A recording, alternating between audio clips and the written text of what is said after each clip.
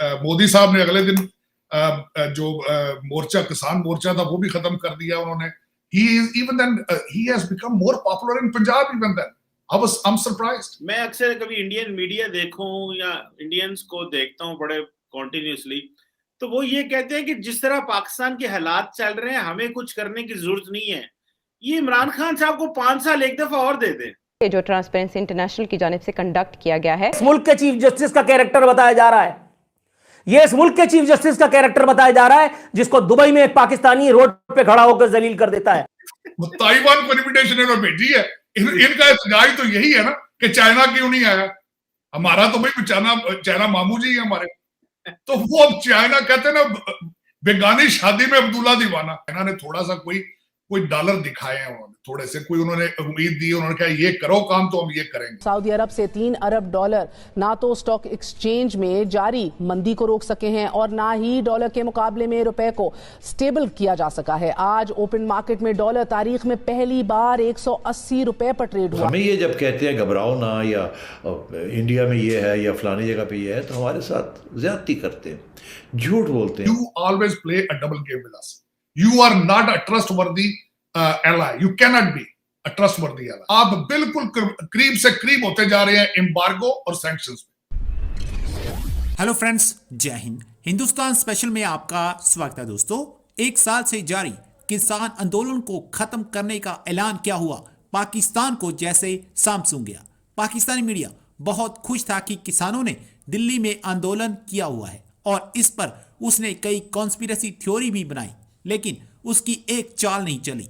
पाकिस्तान भारत का बुरा सोचता सोचता अब खुद दलदल में धंसता चला जा रहा है। पाकिस्तानी मीडिया ये बता रहा है कि भारत को कुछ करने की जरूरत नहीं है। अगर इमरान खान अगले 5 साल और रहा तो पाकिस्तान खुद ब खुद बर्बाद हो जाएगा। पाकिस्तानी मीडिया मोदी साहब के और पॉपुलर होने पर बहुत परेशान दिखाई दे रहा है और इमरान खान के चीन की गोद में बैठ जाने से पाकिस्तानी जनता ने इमरान खान को आड़े हाथों लिया है। इस पर इमरान खान की पाकिस्तानी मीडिया ने खूब खिल्ली उड़ाई है। ट्रांसपेरेंसी इंटरनेशनल ने भी पाकिस्तान की पोल खोल कर रख दी है। So friends, let's start this very interesting video. Thank you so much. Sir ये बताएं कि मैं अक्सर कभी इंडियन मीडिया देखूं या इंडियंस को देखता हूं बड़े कॉन्टिन्यूसली, तो वो ये कहते हैं कि जिस तरह पाकिस्तान के हालात चल रहे हैं हमें कुछ करने की जरूरत नहीं है। ये इमरान खान साहब को 5 साल एक दफा और दे दे। ਅਸੀਂ एक और क्यों ना करिए, जो हमारी कैबिनेट है खान साहब, ये कुछ अरसे के लिए इंडिया क्यों ना भेज दो, उन्होंने यार कुछ अरसा रखो, आपको भी तब्दीली देते। लेकिन उनकी एक खूबसूरती है कि वो मोदी सिंड्रोम से गुजर रहे हैं। वो मैं हैरान हो गया था जब मोदी साहब जब इलेक्शन आते हैं तो आप मोदी के खिलाफ बात करें तो वो कहते हैं सेंटी इंडिया। ये मोदी सिंड्रोम है वहां उस साइड। मैंने आपको पहले अर्ज की थी कि जितनी भी नेशनलिस्ट मूवमेंट चली थी सारी दुनिया में फेल हो गई है, उड़ गई हर चीज, इंक्लूडिंग अरब स्प्रिंग और सारा कुछ। एक चीज कामयाब हुई है मोदी साहब। मोदी साहब ने इस तरीके से जादू किया इंडिया के ऊपर, मैं हैरान हूं कि वो मोदी साहब के खिलाफ बात सुन के नहीं उभरता।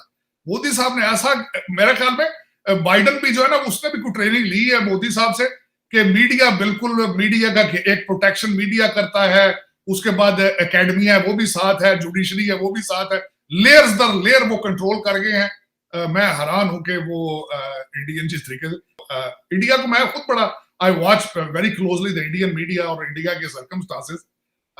उसमें मोदी साहब ने अगले दिन जो मोर्चा, किसान मोर्चा था, वो भी खत्म कर दिया उन्होंने।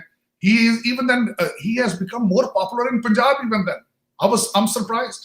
Art of Democracy, मैं तो कहता हूँ मोदी साहब को किताबें लिखनी चाहिए जो उन्होंने नई डेमोक्रेसी का शुरू किया सारा सिलसिला। लोगों को सीखे लोग डेमोक्रेसी, समझ उनको करनी चाहिए थी डेमोक्रेसी पे, कर जो बाइडेन साहब ने दी है। उन्होंने ऑफर करा दी है चाइना को और अमेरिका को कि हम आपके दरमियान सुलह करवा देते हैं। उसके बाद आपका फॉरेन फंडिंग का केस चल रहा है इलेक्शन कमीशन के पास। तो जमहूरियत तो आपके पास, मेरा ख्याल पहले हालात उसके कोई नहीं है। बिल्कुल अच्छा किया कि वो नहीं गए, किस मुंह से जाते। ताइवान को इनविटेशन इन्होंने भेजी है। इनका एहतजाज तो यही है ना कि चाइना क्यों नहीं आया। हमारा तो भाई चाइना मामू जी है हमारे, तो वो अब चाइना कहते हैं ना बेगानी शादी में अब्दुल्ला दीवाना। वैर 3 मुल्कों का है और हमारे खान साहब जो कि अपोजिशन से बात नहीं करते, वो कहते हैं कि हम इनकी सुलह कराएंगे, हम इनके दरमियान ब्रिज बन जाएंगे। मैं ऐसे ऐसे मजाक आपकी तरफ से पाकिस्तान से सुनने में आते हैं चीमा साहब, मैं कई दफा अकेला बैठ के हंसता रहता हूं। मैं कह यार खुदा का नाम लो, आपको पता ही नहीं आपका फॉरेन मिनिस्टर मोहित यूसुफ है कि आपके कुरैशी साहब है फॉरेन मिनिस्टर। बल्कि यही कई दफा तो ये लगता है कि शेख रशीद साहब आपके फॉरेन मिनिस्टर है। आपको तो आप क्लैरिफाई नहीं है आपकी अब चीजों में अपनी में, और आप किस तरीके से कह रहे हो कि जी हम अमेरिका और चाइना की सुलह कराएंगे। लेकिन ये कि आपको ये फौरन चाहिए कि मेरे ख्याल में जाती तौर पे मुझे ये लगता है कि चाइना ने थोड़ा सा कोई डॉलर दिखाए हैं, उन्होंने थोड़े से कोई उन्होंने उम्मीद दी, उन्होंने कहा ये करो काम तो हम ये करेंगे। क्योंकि आपको मैं ये बताना चाहता हूं, आईएमएफ से आने से पहले, आईएमएफ के पास आने से पहले चीमा साहब इन्होंने अपनी डेट रिलीफ के लिए रिक्वेस्ट की थी चाइनीज से, and they turn it down. तो मेरे ख्याल में प्रेसिडेंट शी की बात भी हुई है, इनकी हर वक्त बात होती है क्योंकि इंडिया के साथ इश्यूज की वजह से, उनकी इंडिया और चाइना की इश्यूज की वजह से मेरे ख्याल में थोड़े बहुत डॉलर उन्होंने दिखाए होंगे। उन्होंने कहा नहीं जी अब हमें थोड़ा सा कोई असर हुआ था, कोई काला जादू चल रहा था जिस वजह से हम आईएमएफ के पास चले गए हैं। अगर आप डॉलर देते हैं तो हमें चाइनीज डॉलर तो पहले ही हमारे लिए बड़े सूट करते हैं। तो मेरी यही बात, लेकिन अब खुदारा इस तरह करें कि अपने मिनिस्टर को उनको घर भेज दें, घर वापसी। आपकी आधी कैबिनेट अमेरिकन है, उनको अपने घर भेज दें, या 11 मिलियन जॉब ओपनिंग्स अमेरिका में। You always play a double game with us. You are not a trustworthy ally. You cannot be a trustworthy ally. आप बिल्कुल करीब से करीब होते जा रहे हैं एम्बार्गो और सैंक्शंस में, और उसका इंपैक्ट आप देख ले फिर क्या होता है कि सैंक्शंस एम्बार्गोज लगती हैं तो फिर उसमें मार कौन खाता है। और बरामदात में इजाफे के हुकूमती दावे बढ़े हैं, यकीन दहानियां हैं, बुजरा के दावे हैं, और सऊदी अरब से $3 अरब ना तो स्टॉक एक्सचेंज में जारी मंदी को रोक सके हैं और ना ही डॉलर के मुकाबले में रुपए को स्टेबल किया जा सका है। आज ओपन मार्केट में डॉलर तारीख में पहली बार 180 रुपए पर ट्रेड हुआ है, जबकि कारोबारी दिन के इख्तिताम पर 180 रुपए 23 पैसे पर बंद हुआ। जबकि इंटरबैंक मार्केट में डॉलर की कदर 18 पैसे इजाफे के बाद 177 रुपए 60 पैसे पर दिन के इख्तिताम पर पहुंचा। इसी तरह आज पाकिस्तान स्टॉक एक्सचेंज का KESC 100 इंडेक्स 328 पॉइंट्स कमी के बाद 43,518 पर बंद हुआ। यानी कि गुज़िश्ता 6 माह के दौरान स्टॉक एक्सचेंज 48,781 पॉइंट से कम होकर 43,000 तक पहुंच गई है और डॉलर 54 रुपए महंगा हो चुका है, कर्ज बढ़ रहा है। A Transparency International Pakistan survey on corruption perception has revealed that the police and judiciary are the most corrupt institutions in the country. अब हम इसको उर्दू तर्जुमा करके 2-3 बार दोहराते हैं ताकि कोई ना कोई तो कम से कम सुनी ले। और दूसरे नंबर पे अदलिया, जी हां जुडिशरी, जिसके बारे में नाम लेते हुए सब इधर उधर देख रहे होते, कोई सुन तो नहीं रहा, कोई जज ही सुन रहा हो, कहीं सुप्रीम कोर्ट का, हाई कोर्ट का, कहीं इधर का कहीं उधर का। सुप्रीम कोर्ट, हाई कोर्ट, फलाना कोर्ट, ढिकाना कोर्ट, कोई भी कोर्ट, इसमें जुडिशरी का नाम लिखा है, एज इट इज लिया जाएगा।